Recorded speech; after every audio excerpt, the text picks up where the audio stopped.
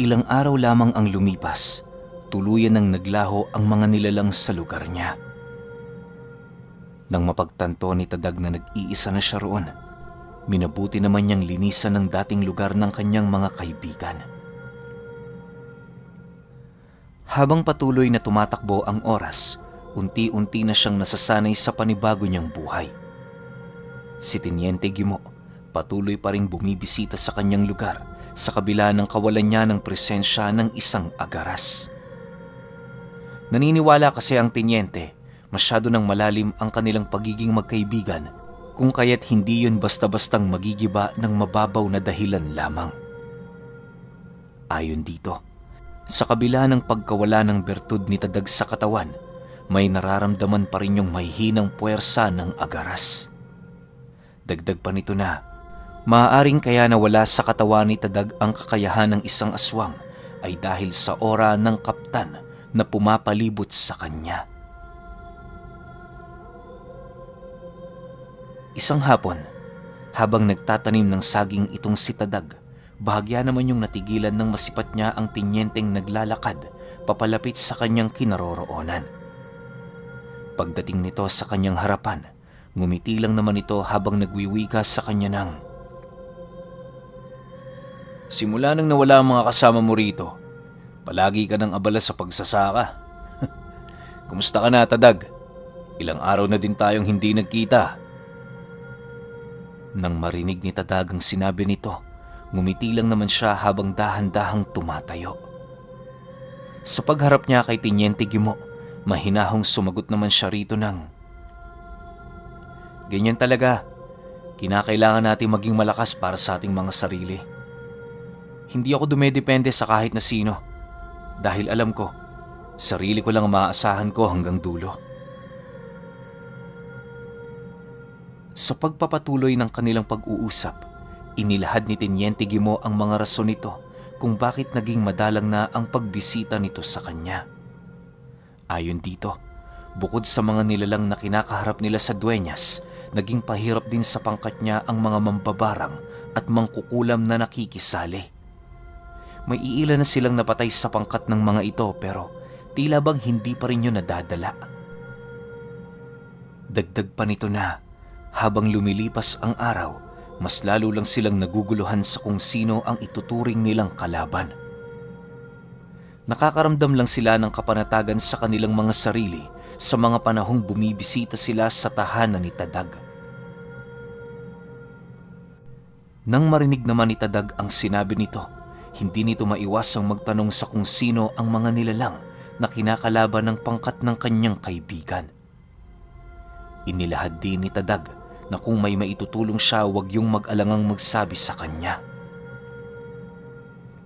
Matapos naman itong marinig ni Teniente, seryoso naman yung napatitig sa kanya habang sumasagot ng,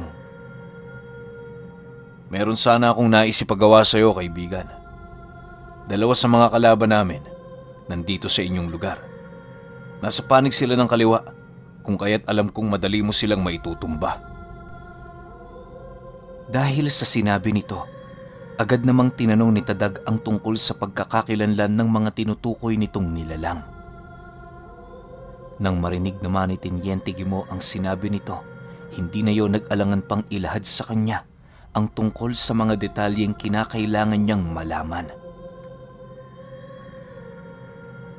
Ayon dito, dalawang gwardyang nakadestino sa sentro ng bayan ang kasalukuyang nagbibigay puwersa sa kanilang mga kalaban. Hindi nila yun malusob ng derechuhan sa kadahilan ng masyado silang abala sa mga kalaban nila sa duenyas. Bagaman malayo ang mga nilalang na yon, nasisiguro ni Guimo na may kinalaman nito sa biglaang paglakas ng mga kalaban nilang aswang. Dagdag pa nito na kapag napaslang ni Tadag ang mga nilalang na yon, mas lalo lang nitong papataasin ang kanilang tsansa na manalo. Nang marinig ni Tadag ang sinabi nito, hindi naman yun nag-alanga na sumang-ayon. Para sa kanya, sapat na ang bagay na inilahad ng kaibigan niya para siya ay maniwala. Wala namang bahid ng pagdududa siyang nararamdaman, kung kaya't masaya siya doong tumulong. Maliban kasi sa hindi kakayanin ng konsensya ni Tadag na talikuran ng mga ito, hindi niya rin kayang hayaan ng mga taong minsan na ding naging malapit sa kanya. Magkaiba man sila ng aral, hindi yun sapat para magkaroon sila ng pagitan sa bawat isa. Matapos nilang mapagkasunduan ng tungkol sa bagay na yon, agad namang umalis ang pangkat ni Teniente Gimo. Hindi nito alintana ang layo ng duenyas sa lugar ni Tadag sa kadahilan ng minuto lang ang kanilang binubuo para makabalik. Alam niyo ba, ang isang kumpas ng pakpak ng aswang ay halos milya-milya na ang layo na nagagawa nito. Yun ang dahilan kung bakit nakakaya nilang mambiktima sa ibang lugar sa kabila ng limitadong oras na meron sila. Maliban sa lakas ng kanilang mga pakpak, may kakayahan din silang gawin itong pangkubli upang hindi sila madaling masilayan tuwing gabi na lumilipad sa kalangitan. Lumipas pa ang ilang minuto. Sa pag-alis ng mga ito, minabuti ni Tadag na tapusin na muna ang kanyang trabaho. Nagpasya din siyang gawin ang napagkasunduan nila sa pagsapit ng gabi para naman kahit papaano masiguro na niyang matutulungan niya ang mga ito. Sa paglubog ng araw, agad namang isinaayos ni Tadag ang kanyang sarili. Umihip siya ng 3 salita sa kanyang katawan bilang magsisilbing bakod at poder niya sa panganib. Naglagay din siya ng pamayong sa kanyang kanang bisig at pondo sa kaliwa. Kung hindi ninyo na itatanong, napaka-importante sa mga albularyo at antingero ang magpondo at maglagay ng pamayong. Ginagawa nila ito upang masigurong hindi sila babalikan ng mga malalakas na usal sa kanilang mga katawan. Ang pondo naman, kadalasang ginagamit nila sa kumbate nang sa gayoy hindi na nila paulit-ulit bigkasin ang mga buhay na kataga. Sa pag-alis ni Tadag sa kanyang tahanan, agad naman niyang binagtas ang daan patungo sa bayan. Iniwasan niyang magdala ng gasera sa kadahilan ng may posibilidad na magambala niya ang mga nilalang na tahimik na namumuhay sa paligid. Maya-maya pa, pagdating niya sa gitnang parte ng talahiban, bahagya naman siyang natigilan nang marinig niya sa kanyang isipan ang tinig ng kaptan. Sigurado ka pa sa ginagawa mong ito? Mga aswang ang tinutulungan mo. Hayaan mo silang maglaban sapagkat hindi saklaw ng aking kapangyarihan ang tumulong sa mga katulad nilang mabababang uri. Masyado kang malambot, tao. Yan ang kahinaan mo. Dahil sa sinabi nito, tanging pagngiti lang naman ang nagawa ni Tadag habang nananatiling tahimik. Pagramdam niyang meron na siyang lakas ng loob na sumagot, agad naman siya doong nagwika ng, "Marami ka pang hindi nalalaman tungkol sa aming mga tao. Alam mo kasi, Kaptan, ang mga tao merong pag-uugaling kahit kayo, hindi niyo mauunawaan. Mas pinipili naming pahalagaan ng pagkakaibigan kaysa sa aming mga kinabibilangang lahi.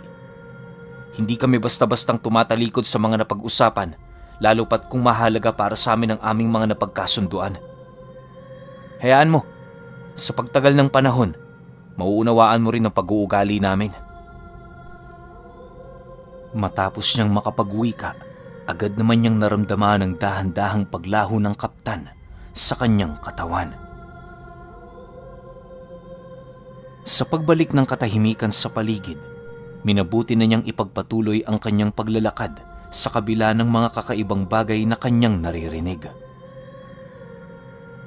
Lumipas pa ang ilang minuto, narating na nga niya ang baryo. Napakatahimik, wala nang tao sa daan. May mga nagiinuman man pero mangilan-ngilan na lang. Hindi naman yun pinansin ni Tadag lalo pat wala naman siya doong pakay. Habang patuloy siyang naglalakad, merong iilan sa mga lasenggo ang nagyaya sa kanyang uminom. Pinili naman niyang huwag pansinin ng mga ito, lalo pat meron siyang hinahabol na oras. Dahil sa pagtanggi noon ni Tadag, wala namang nagawa ang mga nag-iinuman kundi hayaan siya. Nang makalayo na siya sa lugar, doon bumungad sa kanya ang isang paaralan na merong maliit na gasera sa entradang daan nito. Pagsilay niya sa maliit na kubong kinaroroonan ng gaserang yon, doon bumungad sa kanya ang 2 gwardyang nakaupo habang seryosong nagmamasid. Bagaman alam niyang yun na ang mga nilalang na tinutukoy ni Teniente Guimont, minabuti niyang magsawalang kibo nang sa gayoy hindi siya nito basta-bastang mapagdudahan. Sa paglapit niya sa kinaroroonan nito, agad naman siyang tinanong ng isang gwardya kung ano ba ang kanyang kailangan. Hindi naman niya yun sinagot, gawa ng sa isip-isip niya, hindi na niya kinakailangan pang makipag-usap sa mga ito. Makalipas lamang ang ilang minuto, nang mapagtanto ng gwardya na wala siyang balak magsalita, bigla naman yung sumipol sa hangin at kasabay nito ang paglitaw ng isang nilalang sa loob ng paaralan. Paglalarawan ni Tadag sa nilalang na yon, para itong ibon na walang balahibo. Ang pakpak nito, nagsisilbi nitong mga paa para makapaglakad ng maayos. Di hamak na mas mataas din ito sa isang ordinaryong kalabaw na siya namang ikinagulat niya ng husto. Dagdag pa niya na, ang balat ng nilalang na yon ay may hahalin tulad mo sa balat ng puno. May matatalas ding pangilang tuka nito at meron yung mapuputing mata na animoy hindi yon nakakakita. Pagsilay doon ni Tadag, seryoso naman niyang tinitigan ng 2 gwardya habang nagtatanong sa mga ito ng, "Sinusubukan niyo ba ako? Dadaan lang ako. Ba't ganyan ang pag-uugali ninyo?" Matapos niyang makapag-wika, walang pag-aalangan naman niya yung pinaramdaman ng presensya ng kaptan. Sa isang iglap, biglang tumakbo ang nilalang na dahan-dahang lumalapit sa kanya patungo sa loob ng paaralan. Sa pagkawala nito, hindi na yun nagpakita na parabang ang presensya ng kaptan ay ang demonyong nagbibigay takot sa halang nitong kaluluwa. Dahil sa pangyayaring yon, ramdam ni Tadag ang animoy kawala ng lakas ng 2 gwardya na gumalaw. Ni pagbuka ng kanilang mga bibig, hindi nila nagawa dahil sa labis na pagkagulat. Makalipas pa ang ilang minuto, nang malapitan na niya ang mga ito, dahan-dahan naman niyang binunot ang kanyang punyal habang nananatiling nakikiramdam. Pag-abot niya nito sa 2 nilalang, inutusan niya yung magpatayan sa kanyang harapan. Walang imik, purong patayan lang. Nang marinig naman yon ng 2, agad naman itong sinunggaba ng bawat isa. Nagbuno sila hanggang sa madapo sila sa loob ng paaralan. Sinundan naman yun ni Tadag nang sa gayoy masiguro niyang mapaslang ang 2 gwardya. Lumipas lamang ang ilang minuto, duguan na ang 2. Yung isa wala ng daliri, habang yung isa naman wala ng kanang mata. Kitang-kita din ni Tadag ang pagpupursige ng mga ito na sundin ng kanyang utos. Maya-maya pa, sa muling pagbuno ng 2, doon na mas lalo pang tumindi ang pangyayari. Habang tumatagal ang kanilang paglalaban, unti-unti namang nakakasilay si Tadag ng mga kakaibang insekto sa kanilang mga katawan. Agad din naman yung naaagnas sa oras na nakalabas na ito sa balat ng mga gwardya. Pagtarak ng nilalang sa dibdib ng kanyang kaibigan, agad naman siya nitong hinawakan sa noo at mabilisan ding tinarakan ng punyal sa tiyan.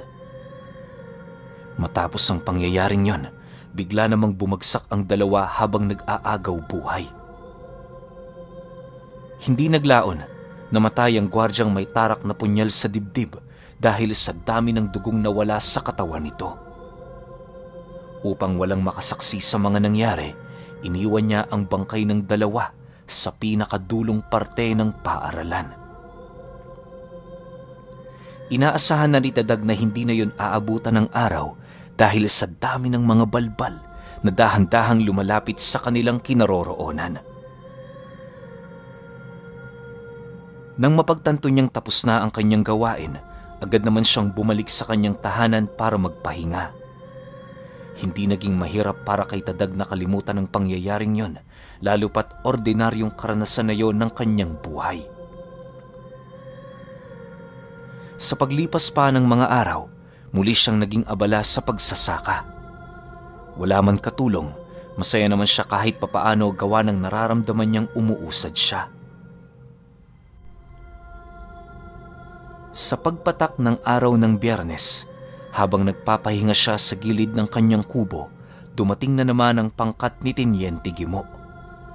Pagsilay niya sa mga ito, nasipat niyang meron yung daladalang bayong na animoy may inihanda yung sorpresa para sa kanya. "Magandang hapon, Tadag." "Salamat ah. Maraming salamat at hindi ka nagdalawang isip na tumulong sa amin. Tapos na ang sigalot sa Dueñas. Kami na ulit ang naghahari roon. Makakaasa ka, hindi namin gagamitin ang aming kakayahan para sa pansariling interes lamang. Halang man ang aming mga kaluluwa pero kahit papaano nag-iisip pa rin kami ng tama. Nga pala, eto, kunin mo. Mumunting regalo namin para sa'yo." Bungad na wika ni Gimo paglapit nito sa kanya.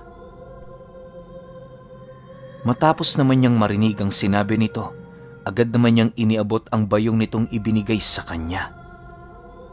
Pagsilay niya sa loob, bumungad sa kanya ang isang rosaryo na gawa sa kahoy ng nara. Ayon kay Gimo, nakuha nila ang rosaryong yon sa isa sa kanilang mga kalaban na tumalikod sa Panginoon. Naniniwala silang espesyal ito, lalo pat nakalagay yon sa isang baul na nakatago sa higaan ng napaslang nilang mangkukulam. Paghawak ni Tadag sa bagay na yon, agad naman niyang naramdaman ang isang presensya na mahimbing na natutulog sa loob nito. Bago pa man magbago ang isip ni Gimo, agad naman niya yung isinuot habang taos-puso ditong nagpapasalamat. Sa pagsapit ng gabi, patuloy pa rin silang nag-uusap. Di hamak na mas matagal na ang pananatili ni Teniente Gimo sa kanyang tahanan sa kadahilan ng wala na itong gaanong iniisip sa kanilang lugar. Lahat din ng karanasan nito ay ibinahagi sa kanya, nang sa gayoy kahit papaano alam pa rin ni Tadag ang nangyayari sa Dueñas. Matapos siyang mailahad ni Teniente Gimo, nagpasya yung manatili sa kanilang lupain sa loob ng ilang araw. Yon ang naging rason kung bakit naging madalang na lamang makita itong si Teniente Gimo noong mga panahong may napaslang silang isang pamilya sa kanilang lugar. Habang naninilbihan si Teniente Gimo kay Tadag, sila na ang sumalo ng iilan sa mabibigat nitong gawain. Kasama na roon ang pagtatabas ng mga talahib at pagbubungkal ng lupain para pagtaniman ng palay. Labis-labis naman ang pasasalamat ni Tadag sa mga ito, lalo pat malaking tulong yun sa kanya kahit papaano. Nang mag-umpisa na silang magtanim ng palay, may mangilan-ngilan na ding magsasaka sa baryo ang piniling magtrabaho sa ilalim ng kanyang pamamahala. Hindi naglaon, dumami ng dumami ang mga ito hanggang sa tuluyan ng magkaroon si Tadag ng sarili niyang lupain at mga tauhan. Lumipas ang ilang buwan, na ibalik na niya sa kanilang lugar ang naglahong pagmamay-ari ng dati niyang pinagsisilbihan. Itinayo din niya ang bahay nito sa dati nitong lugar, nang sa gayoy meron siya doong alaala kahit papaano. Pinili niya ding doon na manirahan sa kadahilan ng mula sa lugar na yon, tanaw ang napakalawak nilang lupa. Sa pagsapit ng panahon ng kapasan, marami na ang bumibisitang magsasaka sa kanyang tahanan para humingi ng pahintulot na magsaka. Hindi naman madamot itong si Tadag. Lahat ng lumalapit binibigyan niya ng pagkakataon. Madalas pa nga niya yung dagdagan ng sahod, gawa ng naniniwala siya, di hamak na mas mabigat ang trabahong ginagampanan ng kanyang mga tauhan. Isang araw, Habang naggagapas ng palay ang kanyang mga magsasaka, nagpasya siyang pagmasda ng mga ito. Pinili niyang sumakay sa kabayo para naman kahit papaano mabilis niyang marating ang pinakadulo ng palayan. Nais niya rin noong tingnan ng mga munggo at kakao nilang nakatanim at kung pwede na ba yung anihin kinabukasan. Habang binabagtas niya ang daan, maayos naman ang lahat. Yung mga magsasakang nakakasalubong niya, masayang bumabati sa kanya ng magandang umaga. Subalit, pagdating ni Tadag sa taniman niya ng mga kakao, bigla naman siyang natigilan nang makasilay siya doon ng 3 lalaki na pasimpleng nangunguha ng mga bunga. Nakatalokbong ang mga nilalang na yon ng telang kulay itim, kung kaya't naging kaduda-duda naman ito para sa kanya. Habang pinagmamasdan ni Tadag ang ginagawa ng 3, dahan-dahan naman siyang bumababa sa kanyang kabayo habang nananatiling tahimik. Maya-maya pa, pagsigaw niya, bigla namang kumaripas ng takbo ang 3 na siya namang ikinagalit niya pa ng husto. Inaasahan niya kasing hihingi yun ng paumanhin sa kanya kung kaya't naging panatag siya. Bago pa man makalayo ng husto ang mga kalalakihang yon, agad namang umihip ng tigalpo itong si Tadag sa hangin. Pagrinig niyang may sumigaw sa gitnang bahagi ng taniman, dali-dali naman niya yung pinuntahan. Sa pagdating niya sa lugar, bumungad sa kanya ang 3 lalaking pilit gumagapang papalayo. Inabisuhan niya yung kumalma pero tila bang matitigas ang mga ulo nito. Nang mapuno na si Tadag sa 3, buong lakas naman niya yung kinaladkad pabalik sa kinaroroonan ng kanyang kabayo. Tinali niya yon sa kanyang sinasakyan nang sa gayoy madadala niya yon pabalik sa kanyang tahanan. Habang hila-hila niya ang 3 lalaki, panay naman ang kanyang pagrinig ng mga pag-uusap nito. Hindi niya maintindihan ang ginagamit nitong dialekto pero malakas ang kutob niya na nagbabalak yung tumakas. Nang hindi na maatim ni Tadag ang mga bagay na kanyang naririnig, seryoso naman niya yung tinitigan habang seryosong nagwiwika sa mga ito ng, "Huwag niyo nang pahirapan ang mga sarili niyo. Kapag pinilit niyo pang tumakas, mas lalo lang kayong masasaktan. Imbis na kagalitan niyo ako, piliin niyong intindihin ang sitwasyong kinakaharap niyo. Hindi biro ang pagnanakaw mga bata. Mabigat na kasalanan yan." Nang marinig naman yon ng 3, nanlilisik lang naman ang mga mata nitong nakatitig sa kanya habang patuloy na sumusunod sa kanya. Maya-maya pa, nang magkaroon ng lakas ng loob ang isa sa mga itong magsalita, agad naman yung sumagot sa kanya ng, "Hindi kami natatakot sa'yo, kahit sino ka pa. Malalaman at malalaman to ng aming supremo. Tingnan natin kung kaya mong kaharapin ang aming kulto." Dahil sa sinabi nito, agad namang hinugot ni Tadag ang kanyang sinturon at walang habas yung pinagpapapalo. Sinapak niya rin ang pagmumukha nito sa kadahilanang hindi niya matanggap na sa murang edad ng mga batang yon, nakasali na sila sa ganoong grupo. Bagaman nais niya yung tulungan, alam niya sa kanyang sarili na wala siyang magagawa sapagkat nakaugat na ang ideolohiya ng kulto sa utak ng mga ito. Ang tanging naisip na lamang niyang paraan para matulungan ng mga batang yon ay puksain ang pinagmumula ng kanilang maling paniniwala. Alam niyang malalagay na naman siya nito sa alanganing sitwasyon pero wala siyang magagawa sapagkat yon ang sa tingin niyang tama. Sa pagdating niya sa kanilang tahanan, agad naman niyang tinipon ang mga magsasakang nagpapahinga. Tinanong niya ang mga ito kung may nakakakilala sa 3 bata pero walang nagsalita. Nang mapagtanto ni Tadag na hindi na yon naninirahan sa kanilang lugar, nagpasya siyang ikulong muna yon pansamantala sa loob ng kanyang tahanan. Inabisuhan niya rin ang kanyang mga trabahador na wag munang ikalat ang tungkol sa kaganapang yon hanggat hindi niya ito nare-resolba. Malakas ang kutob ni Tadag na ang 3 batang kanyang nahuli ay maaaring naghahanap ng mutya sa mga kahoy ng kakao. Ano man ang plano nito sa mutsyang kanilang makikita, wala siyang kaide-ideya. Okay, medyo nakakakaba yung parating na episode, yung episode 4 kasi kulto naman yung babanggain ngayon ito ni Tadag eh. So tingnan natin. Pero alam nyo, medyo natutuwa ako kasi meron silang nabuong relasyon pala ni Teniente Gemo, no? Ang angas lang talaga nun. Pero sige, yung episode 4, 5, wala pa tayo niyan, kaya pa one hit na muna tayo. Pahintay na lang ako kung kailan ulit natin ilalapag yung mga susunod na episodes. Yun lang. Salamat.